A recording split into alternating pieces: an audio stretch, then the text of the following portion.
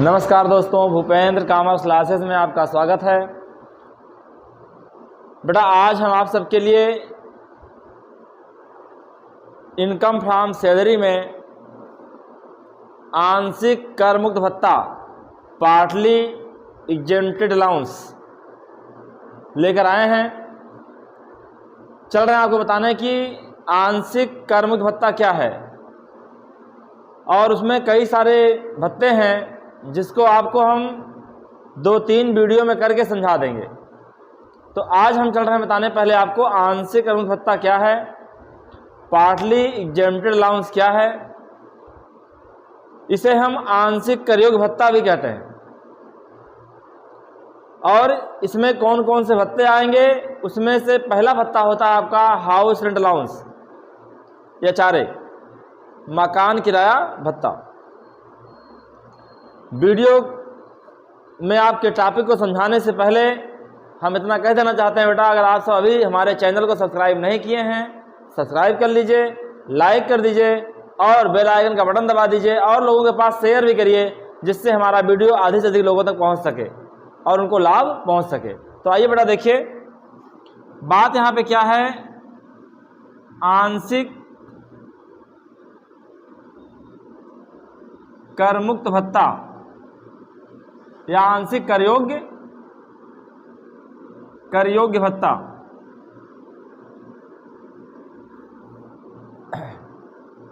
कर मुक्त कर सकते हैं आप, इसको ज़्यादा अच्छा रहेगा। आंशिक कर मुक्त भत्ता partly exempted allowances, partly exempted allowances. बेटा आपसे अगर कोई पूछेगा कि आंशिक कर मुक्त भत्ता क्या है तो आप क्या बताएंगे? ऐसा भत्ता जो कुछ सीमा तक, ऐसा भत्ता जो नियोक्ता द्वारा अपने कर्मचारी को भुगतान किया जाता है तो कुछ सीमा तक तो कर योग्य होते हैं और कुछ सीमा तक कर मुक्त होते हैं। जैसे कंपनी जो है अपने एम्प्लॉय को 2000 रुपया किसी भत्ते के रूप में दी। कितना दी? 2000 रुपया। तो इसमें से 500 रुपया प्रतिमाह, 500 रुपया प्रतिमाह क्या है? कर मुक्त है। बाकी 1500 प्रतिमाह क्या है? टैक्सेबल है। तो जो इसमें कर मुक्त है, कुछ कुछ टैक्सेबल है, इसी कारण से इसे क्या बोलते हैं? आंशिक कर मुक्त भत्ता कहते हैं, पार्टली एग्जेम्प्टेड अलाउंस कहते हैं। अर्थात जिसकी कुछ राशि टैक्सेबल हो और कुछ राशि एग्जेम्प्ट हो, ऐसे भत्तों को हम क्या बोलेंगे? पार्टली एग्जेम्प्टेड अलाउंस या पार्टली टैक्सेबल अलाउंस, आंशिक कर मुक्त भत्ता या आंशिक कर योग्य भत्ता। बात एक ही है। आइए बेटा, तो इसमें आपका पहला भत्ता है, पहला भत्ता आपका इसमें है मकान किराया भत्ता। मकान किराया भत्ता। कोई आपसे कहेगा कि मकान किराया भत्ता क्या है तो आप क्या बताएंगे? House rent allowance. मकान किराया भत्ता जो होता है वो पार्टली एग्जेम्प्टेड है, पार्टली यानी आंशिक कर मुक्त है। ये होता क्या है? एक नियोक्ता द्वारा अपने कर्मचारी को किराए पर रहने, जब कोई कर्मचारी किराए पर रहता है तो उसके किराए के लिए, वो अपने किराए का भुगतान कर सके, उसकी भरपाई के लिए ऐसा भत्ता देता है। कौन? नियोक्ता अपने कर्मचारी को। तो इस भत्ते को हम क्या बोलते हैं? मकान किराया भत्ता कहते हैं। इसकी संपूर्ण रकम टैक्सेबल नहीं है, कुछ टैक्सेबल है और कुछ कर मुक्त है। फिर सुन लीजिए, जब कोई कर्मचारी कहीं काम करता है किसी कंपनी में, किसी नियोक्ता के यहाँ, तो जरूरी नहीं कि उसके पास मकान हो, वो किराए के मकान में रहता है। तो एम्प्लॉयर ये सोचता है कि अगर वो किराए के मकान में रह रहा है तो उसका किराया कहाँ से देता होगा, तो उसकी फैसिलिटी के लिए वो यचारे देता है, हाउस रेंट अलाउंस देता है कि उसमें से अपना किराए का भुगतान कर सके। ऐसे भत्ते को हम क्या बोलते हैं? मकान किराया भत्ता कहते हैं। इसकी कुल राशि टैक्सेबल नहीं है, कुछ टैक्सेबल है, कुछ एग्जेम्प्ट है। तो इसकी एग्जेम्प्ट और टैक्सेबल कर योग्य और कर मुक्त के बारे में क्या नियम है, आइए आपको बताते हैं। पहला नियम है, यदि करदाता यदि करदाता स्वयं के मकान में रहता है, स्वयं के मकान में रहता है, अर्थात किसी कर्मचारी को हाउस रेंट अलाउंस मिल रहा है लेकिन वो खुद के मकान में है, उसका अपना खुद का मकान है, तो इसके लिए क्या नियम है, एचआरए की संपूर्ण राशि टैक्सेबल हो जाएगी। एचआरए की संपूर्ण राशि कर योग्य होगी, कर योग्य होगी अर्थात टैक्सेबल होगी। अगर किसी कर्मचारी को हाउस रेंट अलाउंस मिल रहा है और वह खुद के मकान में है, अपना खुद का मकान उसका है, किराए के मकान में नहीं रह रहा है, तो एचआरए जितना मिलेगा पूरा पूरा कर्मचारी के वेतन में जोड़ दिया जाएगा, टैक्सेबल होगा। दूसरी बात बेटा, यदि करदाता किराए के मकान में रहता है, किराए के मकान में रहता है अर्थात खुद के मकान, उसका खुद का मकान नहीं है, किराए के मकान में रहता है, तब एचआरए के लिए क्या नियम है, जो 3 रकमों में सबसे कम रकम होगी वही आपकी क्या होगी, एग्जम्प्ट होगी, बाकी टैक्सेबल होगी। वो 3 रकम कौन सी है, आइए देखते हैं। लिखिएगा यहां पर computation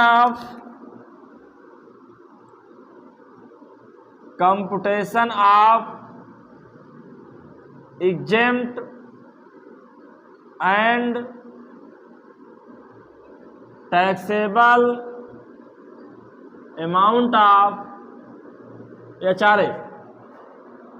computation of exempt and taxable amount of HRA कैसे निकालेंगे, आइए आपको बताते हैं बेटा। एकदम फर्स्ट क्लास, कभी कोई दिक्कत नहीं होगी। वो 3 रकम कौन सी है, पहली रकम आपकी है एक्चुअल अमाउंट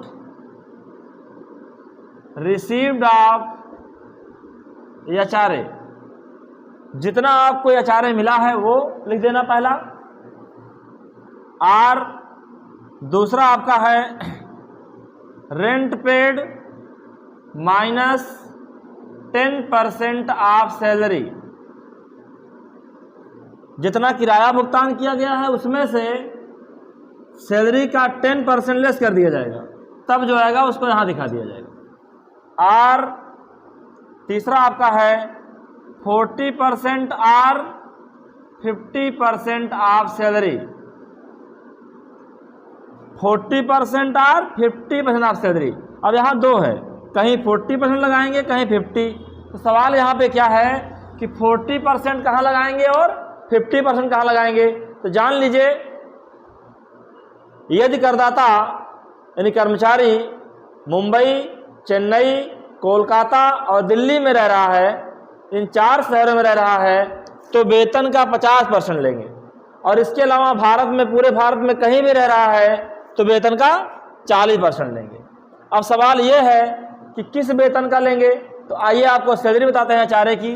देखिए salary of HRA, salary for HRA, house rent allowance के लिए वेतन क्या होगा, मूल वेतन होता है बेसिक सैलरी प्लस महंगाई वेतन प्लस महंगाई वेतन डीएनएस पे प्लस महंगाई भत्ता, महंगाई भत्ता। महंगाई भत्ता कब, जब वह सेवा की शर्तों के अंतर्गत है, सेवा की शर्तों के अंतर्गत हो, शर्तों के अंतर्गत हो, प्लस बिक्री पर एक निश्चित दर से कमीशन, एक निश्चित दर से कमीशन। इस वेतन को पहले आप कर्मचारी का मूल वेतन जोड़ लीजिएगा, महंगाई वेतन है तो उसको जोड़ लीजिएगा, महंगाई भत्ता तभी जोड़िएगा जब वह सेवा की शर्तों के अंतर्गत हो।